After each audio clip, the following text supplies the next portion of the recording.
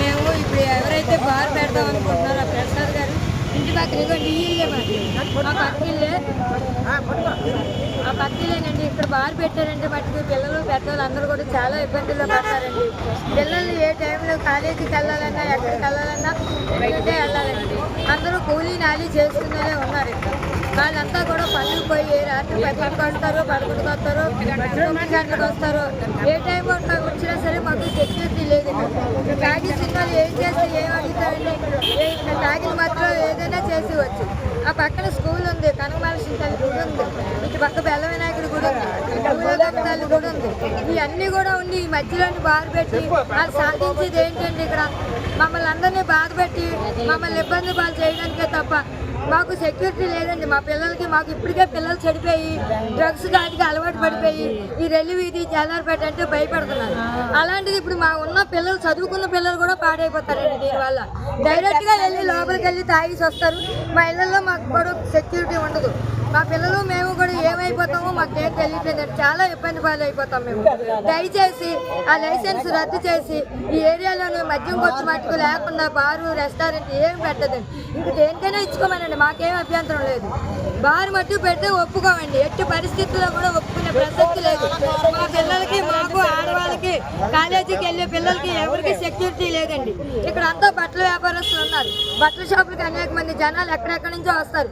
వాళ్ళు ఎవరినైనా ఏమైనా చేస్తే దానికి ఇబ్బంది ఎవరు పడతారండి? షాపులకే కదండి. ఇప్పుడు వాళ్ళు కూడా ఏమైపోవాలి? వాళ్ళు కూడా బతుకు తెరువు కోసం వాళ్ళు పెట్టుకున్నారు.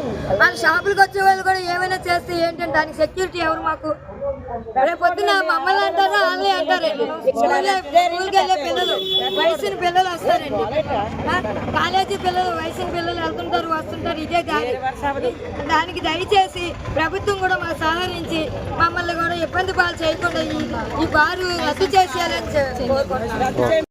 అలా కాదండి, పిల్లలు ఇప్పుడు కాలేజీలకి వాటికి వెళ్తున్నారు.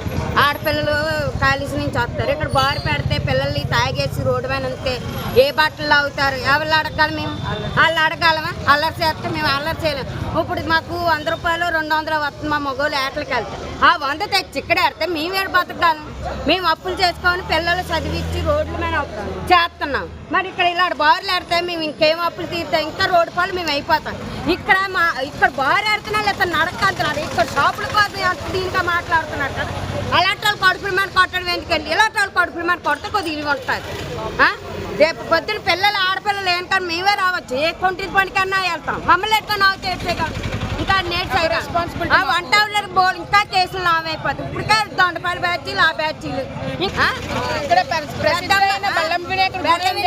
బెల్లం వినాడు గుడి ఉంది.